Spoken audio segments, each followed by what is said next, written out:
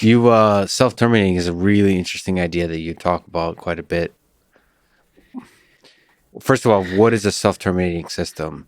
And I think you have a sense, correct me if I'm wrong, that human civilization as it currently is a self-terminating system. Why do you have that intuition combined with the definition of what self-terminating means? Okay, so if we look at human societies historically, human civilizations, it's not that hard to realize that most of the major civilizations and empires of the past don't exist anymore. So they had a life cycle, they died for some reason. So we don't still have the early Egyptian empire or Inca or Maya or Aztec or any of those, right? And so they terminated. Sometimes it seems like they were terminated from the outside in war. Sometimes it seems like they self-terminated. When we look at Easter Island, it was a self-termination. So let's go ahead and take an island situation. If I have an island and we are consuming the resources on that island faster than the resources can replicate themselves, and there's a finite space there, that system is going to self-terminate. It's not going to be able to keep doing that thing because you'll get to a place of there's no resources left. And then you get, so now if I'm utilizing the resources faster than they can replicate or faster than they can replenish, and I'm actually growing our population in the process, so I'm even increasing the rate of the utilization of resources, I might get an exponential curve and then hit a wall and then just collapse the exponential curve rather than do an S curve or some other kind of thing. So self-terminating system is any system that depends upon a substrate system that is debasing its own substrate, that is debasing what it depends upon. So you're right that if you look at empires, they rise and fall throughout human history, but not this time, bro. This one's gonna last forever. I like that idea. I think that if we don't understand why all the previous ones failed, we can't ensure that. And so I think it's very important to understand it well so that we can have that be a designed outcome with somewhat decent probability. So it's sort of in terms of consuming the resources on the island, we're a clever bunch and we keep coming up, especially when on the horizon there is a termination point. We keep coming up with clever ways of avoiding disaster, of avoiding collapse, of constructing. This is where technological innovation, this is where growth comes in, coming up with different ways to improve productivity and the way society functions such that we consume less resources or get a lot more from the resources we have. So there's some sense in which there's a human ingenuity is a source for optimism about the future of this particular system that may not be self-terminating. If there's more innovation than there is consumption. So overconsumption of resource is just one way I think can self-terminate. We're just kind of starting here. But there are reasons for optimism and pessimism, then they're both worth understanding. And there's failure modes on understanding either without the other. As we mentioned previously, there's what I would call naive techno-optimism, naive techno-capital optimism that says stuff just has been getting better and better and we wouldn't want to live in the dark ages and tech has done all this awesome stuff. And we know the proponents of those models and that stuff is going to kind of keep getting better. Of course, there are problems, but human ingenuity rises to it. Supply and demand will solve the problems, whatever. Would you put Ray Kurzweil in that or in that bucket?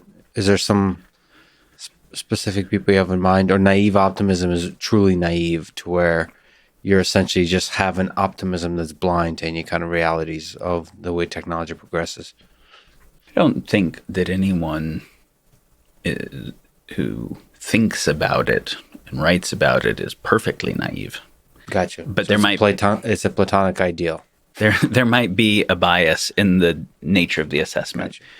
I would also say there's kind of naive techno-pessimism. And there are critics of technology. I mean, you read the Unabomber's manifesto on why technology can't not result in our self-termination, so we have to take it out before it gets any further.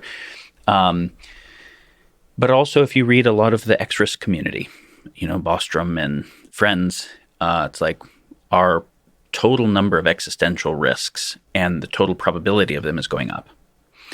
And so I think that we have to hold together where our positive possibilities and our risk possibilities are both increasing, and then say, for the positive possibilities to be realized long term, all of the catastrophic risks have to not happen. Any of the catastrophic risks happening is enough to keep that positive outcome from occurring. So how do we ensure that none of them happen? If we want to say, let's have a civilization that doesn't collapse. So again, collapse theory. It's worth looking at books like The Collapse of Complex Societies by Joseph Tainter. It does an analysis of that many of the societies fell for internal institutional decay, civilizational decay reasons. Baudrillard in Simulation and Simulacra looks at a very different way of looking at how institutional decay and the collective intelligence of a system happens, and it becomes kind of more internally parasitic on itself. Obviously, Jared Diamond made a more popular book called Collapse. And as we were mentioning, the Antikythera mechanism has been getting attention in the news lately, but it's like a 2,000-year-old clock, right? Like metal gears. And does that mean we lost like 1,500 years of technological progress? And from a society that was relatively technologically advanced. So what I'm interested in here is being able to say, okay, well, why did previous societies fail? Can we understand that abstractly enough that we can make a civilizational model that isn't just trying to solve one type of failure, but solve the underlying things that generate the failures as a whole? Are there some underlying generator functions or patterns that would make a system self-terminating? And can we solve those and have that be the kernel of a new civilizational model that is not self-terminating? And can we then be able to actually look at the categories of X-risk we're aware of and see that we actually have resilience in the presence of those? Not just resilience, but anti-fragility. And I would say for the optimism to be grounded, it has to actually be able to understand the risk space well and have adequate solutions for it. So can we try to dig into some basic intuitions about the underlying sources of catastrophic failures of the system and overconsumption that's built into self-terminating systems? So both the overconsumption, which is like the slow death, and then there's the fast death of nuclear war and all those kinds of things. AGI, biotech, bioengineering, nanotechnology, my favorite, nanobots. Okay.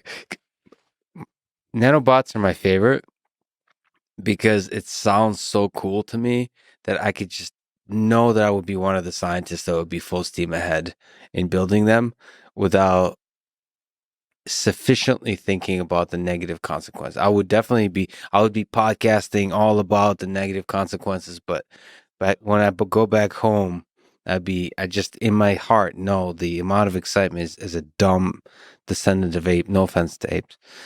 So I want to backtrack on my previous comments about negative comments about apes. That I have that sense of excitement that would result in problems. So sorry, a lot of things said, but can we start to pull a thread? Because you've also provided a kind of a beautiful general approach to this, which is this dialectic synthesis or just rigorous empathy, whatever word we want to put to it. That seems to be from the individual perspective as one way to sort of live in the world as we try to figure out how to construct non-self-terminating systems. So what are some underlying sources? Yeah. First, I have to say, I actually really respect Drexler for emphasizing gray goo in Engines of Creation back in the day, to make sure the world was paying adequate attention to the risks of the nanotech, as someone who was right at the cutting edge of what could be. There's definitely game theoretic advantage to those who focus on the opportunities and don't focus on the risks or pretend there aren't risks. Because they get to market first, and then they externalize all of the costs through limited liability or whatever it is to the commons or wherever happen to have it. Other people are going to have to solve those, but now they have the power and capital associated. The person who looked at the risks and tried to do better design and go slower is probably not going to move into positions of as much power or influence as quickly. So this is one of the issues we have to deal with, is some of the bad game theoretic dispositions in the system relative to its own stability. And the key aspect to that, sorry to interrupt, is the externalities generated. Yes.